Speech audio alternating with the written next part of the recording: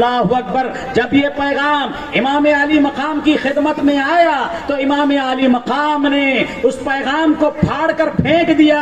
ابن زیاد کے ہاتھ پر بیعت کرنے سے مر جانا بہتر ہے. باطل کے آگے مرد حق مات کھا سکتا نہیں. مرد حق باطل کے آگے مات کھا سکتا نہیں. سر کٹا سکتا ہے لیکن سر جھکا سکتا نہیں. اس کے بعد کیا ہوا؟ کربلا میں جو سانحہ ہوا، جو حادثہ ہوا، تاریخ اسلام تو کیا تاریخ انسانیت بھی اس واقعے کو فراموش نہیں کر سکتی. اللہ اکبر. یزیدی خونخواروں نے، ہزاروں یزیدی خونخواروں نے 72 نفوس قدسیہ جو 3 دن کے بھوکے اور پیاسے ہیں ان پر ظلم و ستم کے وہ پہاڑ توڑے کہ تاریخ انسانیت میں مظالم کی ایسی دردناک داستان نظر آتی ہے، نظر نہیں آتی ہے. آپ نے دیکھا کہ یزیدیوں نے گلشن رسالت کو تاراج کر دیا. یہ صحیح ہے کہ 72 نفوس قدسیہ ان ہزاروں خونخوار یزیدیوں کا مقابلہ نہ کر سکے، لیکن ان یزیدیوں نے حرم مصطفیٰ کی مقدس پارساؤں کو بے آبرو کیا اور اہل بیت کے سروں کو نیزوں پر اٹھایا، ان کی لاشوں کو گھوڑوں کی ٹاپوں سے رودا، ان پر پانی بند کر دیا، ان پر طرح طرح کے مظالم ڈھائے گئے. اللہ اکبر. لیکن امام علی مقام نے اس ظالم کے ساتھ کمپرومائز نہیں کیا، مصالحت نہیں کیا، بلکہ آپ نے یہ پیغام دیا کہ مرد حق مر سکتا ہے، جان دے سکتا ہے، سر کٹا سکتا ہے، لیکن باطل سے مصالحت نہیں کر سکتا، باطل سے مصالحت نہیں کر سکتا. نہ یزید کا وہ ستم رہا، نہ وہ ظلم ابن زیاد کا، نہ یزید کا وہ ستم رہا، نہ وہ ظلم ابن زیاد کا. جو رہا تو نام حسین کا، جسے زندہ کرتی ہے کربلا، جسے زندہ کرتی ہے کربلا. نہ آج یزید کا نام ہے، نہ ابن زیاد کا نام ہے، نہ عمر بن سعد کا نام ہے، نہ اس کے لشکر ستمگار کا نام ہے. لیکن آج ہمارے درمیان غلام حسین بھی ہیں، محمد حسین بھی ہیں، احمد حسین بھی ہیں، عاشق حسین بھی ہیں، اور ہم تمام یہاں پر خواتین و مرد حضرات عاشقان حسین بڑھ کر امام حسین کی بارگاہ میں خراج عقیدت پیش کرنے کے لیے حاضر آئے. حضرات محترم، عزیزان ملت اسلامیہ، آج کی اس مقدس مبارک محفل میں میں ان علماء اور معززین کی طرف سے آپ کو ایک پیغام فکر دینا چاہتا ہوں. یاد کیجئے قرآن کریم کی ان آیات کو کہ حضرت داؤد علیہ السلام کو اللہ تعالیٰ نے حکم دیا کہ جالوت بڑا دہشت گرد ہے، جالوت بڑا ظالم ہے، آپ اس کے مقابلے میں جائیں. تو داؤد علیہ السلام نے عرض کیا، ارے جالوت تو بڑا ظالم ہے، ستمگر ہے، جفا پیشہ ہے، اس کا مقابلہ کیوں کر کیسے ہو سکتا ہے؟ لیکن داؤد علیہ السلام اللہ کے پیغمبر تھے. حکم الہی پا کر حضرت داؤد علیہ السلام اپنی فوج کو لے کر جالوت کے سامنے پہنچے. میدان کارزار میں، میدان جنگ میں حضرت داؤد علیہ السلام اپنے لشکر کے ساتھ جالوت اور اس کے لشکر کے سامنے روبرو آئے تو انہوں نے خدا کی بارگاہ میں یہ دعا کی. توجہ کے ساتھ سنیں اور آمین کہیں. وہ دعا کیا کی ہے؟ قرآن کریم عرض کرتا ہے، قالوا ربنا افرغ علینا صبرا وثبت اقدامنا وانصرنا علی القوم الکافرین. آمین کہیے. آپ سب لوگ آمین کہیے. حضرت داؤد علیہ السلام نے اس ظالم بادشاہ اس کے لشکر کے مقابلے میں کیا دعا کی؟ ربنا افرغ علینا، اے اللہ ہم پر صبر انڈیل دے، اے اللہ اس ظالم کے مقابلے میں ہمارے پاؤں جما دے، اے اللہ اس ظالم کے مقابلے میں تیری تائید اور تیری نصرت ہمیں عطا فرما.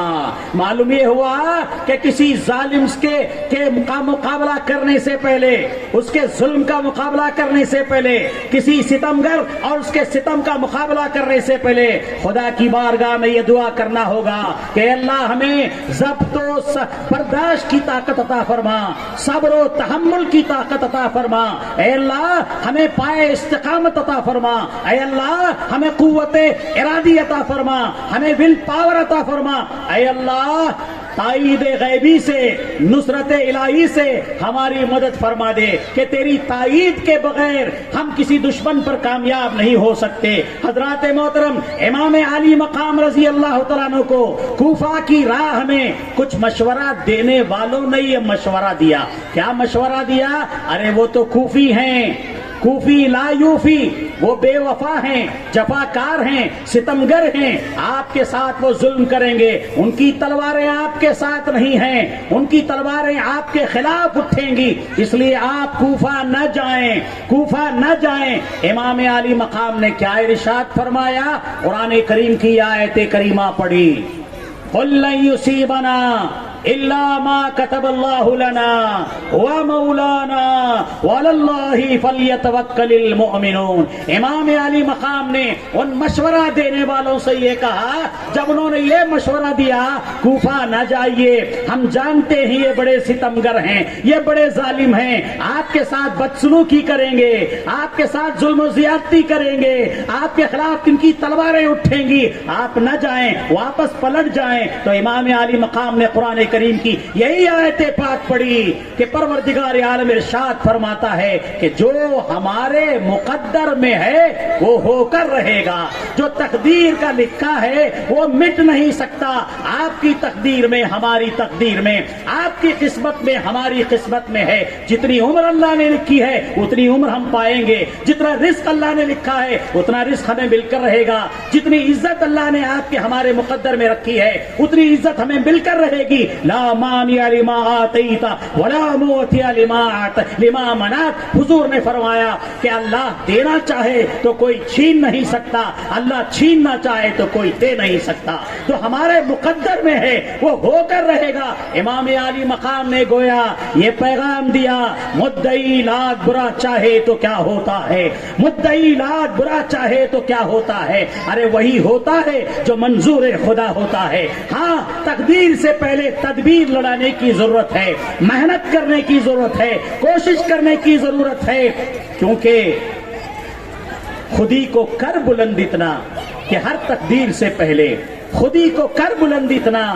کہ ہر تقدیر سے پہلے خدا بندے سے خود پوچھے بتا تیری رضا کیا ہے۔ اللہ اکبر۔ عزیزان ملت اسلامیہ، امام عالی مقام نے میدان کربلا سے ہمیں تقدیر کا مسئلہ بھی بتا دیا کہ ایک مسلمان کو تقدیر پر ایمان لانا چاہیے، تقدیر پر یقین رکھنا چاہیے۔ تو کیا فرمایا امام عالی مقام؟ امام عالی مقام ڈس اپوائنٹڈ نہیں تھے، ڈپریسڈ نہیں تھے، انڈر ٹینشن نہیں تھے، بڑے اعتماد کے ساتھ، بڑے کانفیڈنس کے ساتھ، بڑے اطمینان کے ساتھ آپ نے ان کو یہ بتایا کہ اب ہمارے مقدر میں جو ہے وہ ہو کر رہے گا، ہم تو جائیں گے، اللہ تعالیٰ نے جو ہمارے مقدر میں لکھ دیا ہے وہ ہو کر رہنا ہے، اسے کوئی ٹال نہیں سکتا۔ وہ مولانا، وہ ہمارا پالنہار ہے، وہ ہمارا پروردگار ہے، وہ ہمارا محافظ ہے، وہ ہمارا نگہبان ہے۔ مسلمانوں کو چاہیے کہ وہ ہمیشہ اللہ پہ توکل کریں، ہمیشہ صبر سے کام لیں،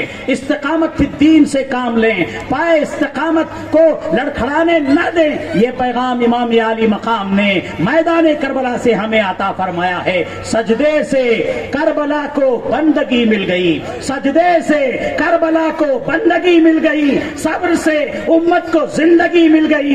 ایک چمن فاطمہ کا اجڑا ضرور، لیکن سارے اسلام کو روشنی مل گئی، سارے اسلام کو روشنی مل گئی۔ یہ جو جلسے میں روشنی دیکھ رہے ہیں آپ، یہ جو چہروں پہ روشنی دیکھ رہے ہیں آپ، یہ جو عاشقان اہل بیت اور عاشقان شہداء کربلا کی بھیڑ دیکھ رہے ہیں آپ، یہ کیا ہے؟ یہ اجالا، یہ روشنی امام حسین کا اجالا ہے، امام حسین کی استقامت کا اجالا ہے، امام حسین کے صبر کا اجالا ہے، امام حسین کی قربانی کا اجالا ہے، امام حسین کی شہادت کا اجالا ہے۔ تو امام حسین نے ہمیں صبر و استقامت کا درس کربلا کے میدان سے ہمیں عطا فرمایا ہے۔ حضرات محترم عزیزان ملت اسلامیہ، بائی دا وے، یہ بات جاننا ضروری ہے کہ یزید کا کردار کیا تھا۔ یزید نظام مصطفیٰ کے مقابلے میں، نظام مصطفیٰ کے مقابلے میں نظام عامریت قائم کرنا چاہتا تھا،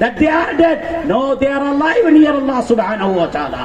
قرآن کریم کا یہ ڈکلیریشن ہے، اوپن اعلان ہے کہ جو راہ خدا میں اپنی جان دے دے، اعلاء کلمت الحق کے لیے اپنی جان دے دے، ظلم و ستم کو بٹانے کے لیے اپنی جان دے دے، انصاف کے قیام کے لیے اپنی جان دے دے، انسانیت کے لیے اپنی جان دے دے، اور پیار و محبت، صلح و آشتی، امن و شانتی کے لیے اپنی جان دے دے، وہ مرتا نہیں، وہ زندہ ہو جاتا ہے، زندہ ہو جاتے ہیں جو مرتے ہیں حق کے نام پر۔ اللہ اللہ، موت کو کس نے مسیحا کر دیا؟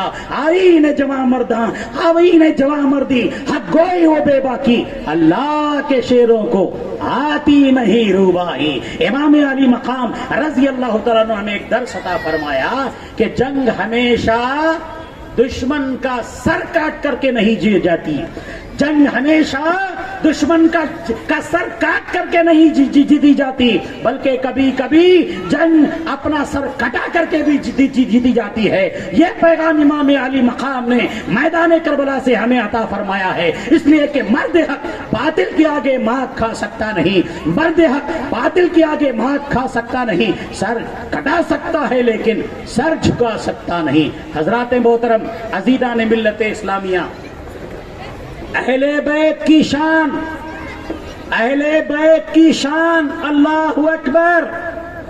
ہمارے آقا رحمت للعالمین خاتم النبیین علیہ الصلوۃ والتسلیم نے ارشاد فرمایا، قال رسول اللہ صلی اللہ علیہ وسلم، من احبنی واحبہما واحب امہما واحب اباہما کان معی فی درجتی فی الجنہ یوم القیامہ، او کما قال۔ حضور ارشاد فرماتے ہیں کہ جس نے رحمت للعالمین سے محبت کیا، خاتم النبیین سے محبت کیا، اللہ کے محبوب سے محبت کیا، دانائے غیوب سے محبت کیا، اور جس نے شافع روز جزا سے محبت کیا، محبوب خدا سے محبت کیا، معلم انسانیت سے محبت کیا، نبی رحمت سے محبت کیا، ہاں ہاں ان دونوں سے محبت کیا، یعنی حسن مجتبی سے محبت کیا، حسن مجتبی سے محبت کیا، مظلوم کربلا سید الشہداء امام حسین سے محبت کیا،